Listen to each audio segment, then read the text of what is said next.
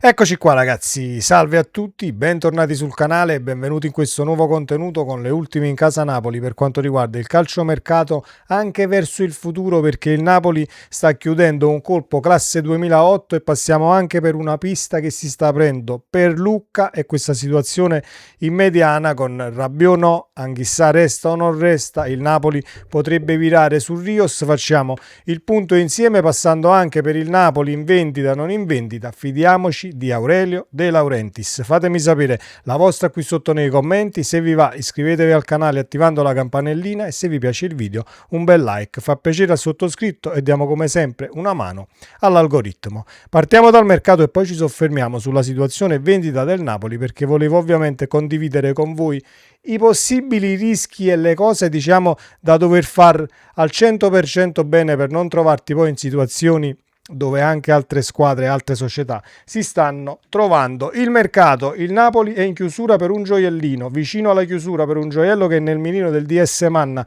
da tempo. Uno dei nomi più in voga degli ultimi giorni infatti è quello di Andrea Natali, difensore classe 2008 di proprietà del Bayer Leverkusen. Il calciatore, considerato un vero talento, si è avvicinato sensibilmente ai partenopei. I tedeschi hanno aperto alla cessione e, come riporta Alfredo Pedullà, la chiusura potrebbe essere molto vicina. Allora, Natali, caratteristiche tecniche e ovviamente dove sta crescendo, dove sta giocando, perché essendo ovviamente un calciatore di 18 anni, molti di noi, me compreso, non è che conoscono vita, morte e miracoli. È un classe 2008, difensore dotato di grande struttura fisica, 1,86 m e intelligenza tattica. Sappiamo che è cresciuto tra la cantera del Barcellona e ovviamente al Bayer Leverkusen, che sono comunque due realtà impeccabili dal punto di vista dell'investimento sulle nuove leve e nuovi calciatori che prendono sin da piccoli e comunque li fanno diventare dal punto di vista tecnico molto ma molto abili anche in età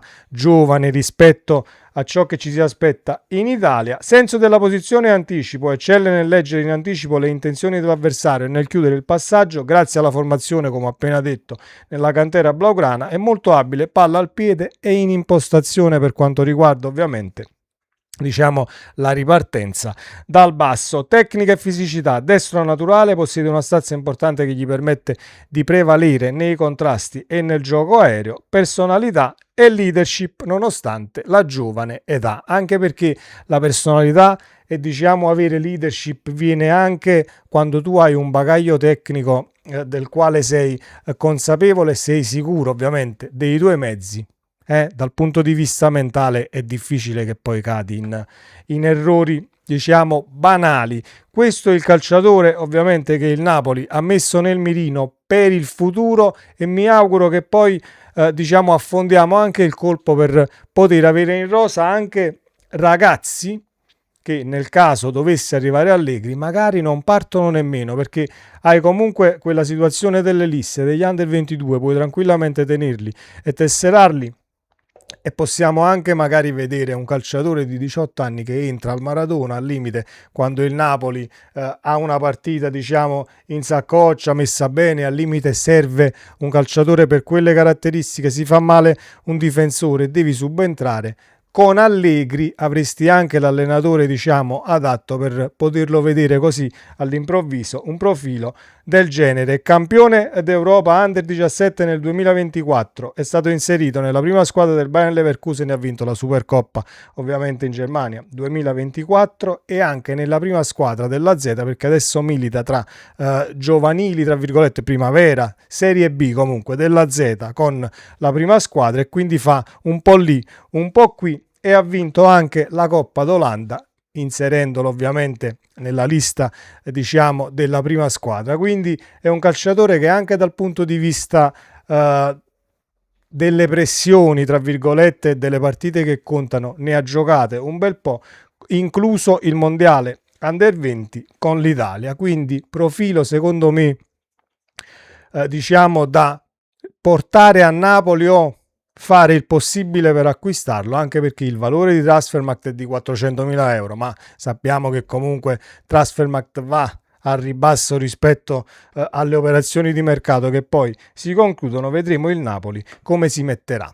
Detto questo, Lorenzo Lucca piace a Gennaro Gattuso e quindi uniamo la situazione Lorenzo Lucca piace a Gennaro Gattuso per entrare in gamba tesa, magari a portare Mario Chila al Napoli, anche perché il calciatore ha fatto sapere che non vorrebbe restare, ecco, nella società di Lotito, e quindi probabile che, diciamo, si ammorbidiscano i rapporti e quindi facciamo l'utile e il dilettevole. Ma detto questo, secondo quanto riportato dalla Repubblica, i profili che meglio rispecchierebbero le esigenze di Gattuso sarebbero Santiago Giménez e Lorenzo Lucca, attaccanti considerati ideali per le caratteristiche e la presenza in area di rigore. Piste comunque complicate per quanto riguarda ovviamente sia la disponibilità della Lazio e per quanto devi un attimo fare il punto della situazione per paletti, bilanci, eccetera, eccetera. Non hai l'Europa e quindi è una società che deve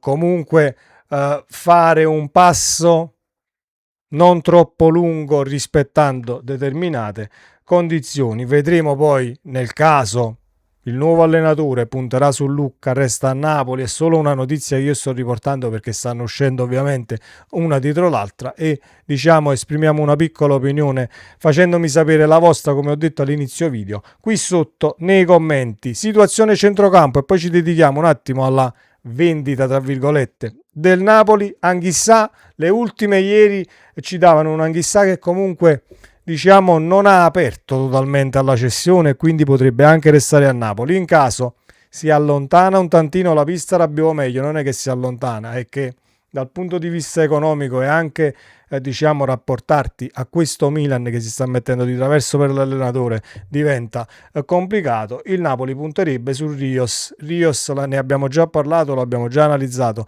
sul canale, c'è il mondiale di mezzo, quindi o avanzi la chiacchiera quasi definitiva prima dell'inizio del mondiale oppure ci si rivede dopo il mondiale. Ma se Rios poi dovesse fare un grandissimo mondiale, come credo comunque da protagonista, i 30 milioni, 35 che siano, non basteranno più e quindi magari vireremo su altro. Ma il tempo è galantuomo e ci dirà poi come andremo a finire. La vendita del Napoli messa alla fine di questo video, ma non per ultima ovviamente dal punto di vista dell'importanza, perché volevo soffermarmi un attimo e diciamo condividere alcuni aspetti dei fondi che poi entrano nel calcio, soprattutto quelli americani. Perché De Laurentiis tentenna? Ce l'ha già spiegato, ce l'ha spiegato anche diciamo il Pinco Pallino del fondo americano Rizzetta. Quindi De Laurentiis vuole vederci chiaro per quanto riguarda la longevità nel tempo del Napoli e diciamo tenere a cuore e far sì che poi Napoli non diventi quell'acquisto dove tu compri a 1 e tra 5 anni vale 6, lo vendi e poi non si sa che fine faremo. Ecco perché si tentenna e dobbiamo essere orgogliosi per questa situazione del nostro presidente, per quanto mi riguarda, anche perché i fondi americani di solito entrano, escono tutti, portano le loro cariche in tutti, diciamo, in tutti i settori della società, però dal punto di vista poi del campo, perché il calcio presenta il campo, un regolamento, una federazione, ovviamente, della quale devi tener conto, arbitraggi perché ci devi mettere anche quelli, e quindi dal punto di vista della crescita esponenziale ci sono anche gli altri fattori. Non è solo compro, faccio entrare i miei, gestiamo, cerchiamo di investire e portare comunque il valore diciamo dell'acquisto che ho fatto da 1 a 5 a 4 a 6 che siano, per poi ripagare tutti i soci, guadagni per tutti quanti e rivendere il prodotto. Ecco perché bisogna andarci con i piedi di piombo. Se i fondi vogliono entrare e cooperare con il Napoli dal punto di vista dell'organigramma, che deve restare comunque quasi tale, e parlo di ovviamente figure che hanno fatto la fortuna, le fortune del Napoli, sia dal punto di vista del bilancio e sia dal punto di vista dei risultati con calciatori da vedere, scouting, eccetera, eccetera, eccetera, allora il presidente magari accetta pure. Ma nel caso vuoi fare, diciamo, entro io e tu esci, ecco che la situazione sicuramente non andrà in porto, ed è giustissimo che sia così, perché lo vediamo con altre realtà, altre società. Vedi il Milan ad esempio, che comunque dal punto di vista delle figure ha steccato qualsiasi cosa. Il Milan è cominciato, diciamo, il declino quando mandi via Maldini, c'era Massara se non vado errato, comunque diciamo quelle figure che dal punto di vista del peso specifico ti erano scomode a te,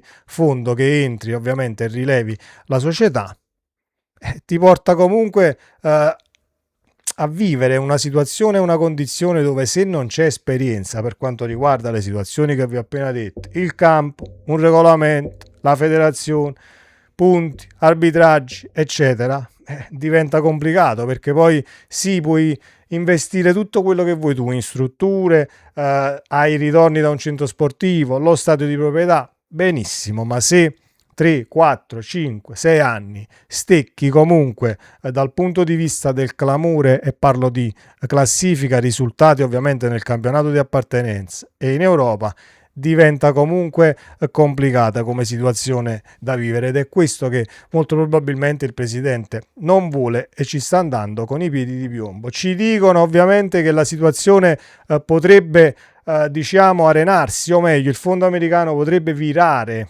su qualcos'altro investendo i 2,2 miliardi di euro entro, ovviamente se non si chiude, entro agosto, ma noi saremo qui a seguire con calma tutte le situazioni per, diciamo, dire la nostra, esprimere un'opinione e cercare di fare chiarezza. Fatemi sapere cosa ne pensate ovviamente qui sotto nei commenti, ci vediamo nel prossimo contenuto. Forza Napoli sempre. Ciao.